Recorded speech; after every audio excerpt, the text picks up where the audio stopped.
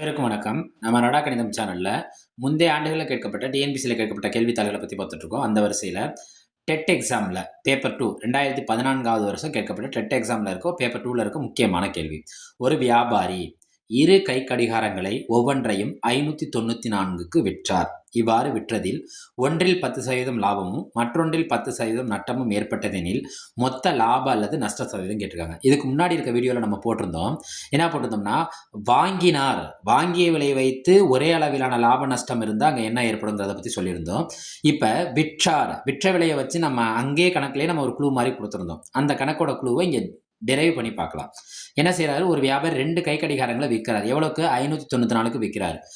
ஒன்று விற்றதில் 10% லாபம் கிடச்சிருக்கு, இன்னொரு விற்றதில் எவ்வளோ கிடச்சிருக்கு? 10% நஷ்டம் ஏற்பட்டிருக்கு. அப்போ அவருக்கு லாபமா நஷ்டமானு கேட்குறாங்க. கண்டுபிடிப்போமா? ரைட். இப்போ நான் என்ன எடுத்துக்கிறேன்னா, லாபத்தை எக்ஸ்ன்னு வச்சுக்கிறேன்,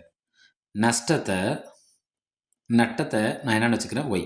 லாபம்ங்கிறது நம்மளுக்கு எப்பொழுதுமே மிகைக்குரிய குறிக்கும், நட்டங்கிறது என்னென்னா குறைக்குரிய குறிக்கும். ரைட்டா?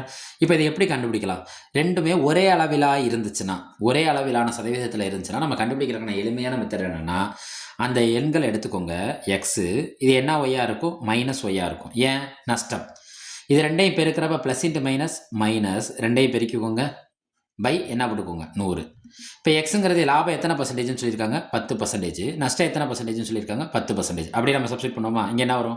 10 - 10 டிவைடட் பை மைனஸ் 10 பெருக்கல் 10 டிவைடட் பை 100. இப்போ 10ல் 10 போச்சுன்னா நமக்கு என்ன கிடைக்கும்? 0 மைனஸ், பாருங்கள், ஒரு ஜீரோக்கு ஒரு ஜீரோ, ஒரு ஜீரோக்கு ஒரு ஜீரோ, ஓர் 1 1, என்ன ஒன்று ஏற்படுது? -1. நம்மளுக்கு விடையில் மைனஸ் வந்தால் அந்த கேள்வியில் நம்ம மைனஸுங்கிறது யாரை குறிக்கும்னு சொல்லியிருந்தோம்? நஷ்டத்தை குறிக்கும். எவ்வளோ வந்திருக்கு? 1. அப்போ இதுக்கான விடைங்கிறது நஷ்டம் 1%. நஷ்டம் எவ்வளோ? 1% குறிக்குது. அப்போ கொடுத்துருக்க ஆப்ஷன் எதை குறிக்கும்? Option B. நம்ம நடா கணிதம் சேனலை தொடர்ந்து லைக் பண்ணுங்கள். போடுற ஒவ்வொரு வீடியோக்கும் உங்களோட லைக் தேவை. சப்போர்ட் பண்ணுங்கள், சப்ஸ்கிரைப் பண்ணுங்கள், பெல் ஐக்கானை கிளிக் பண்ணி வச்சுக்கோங்க.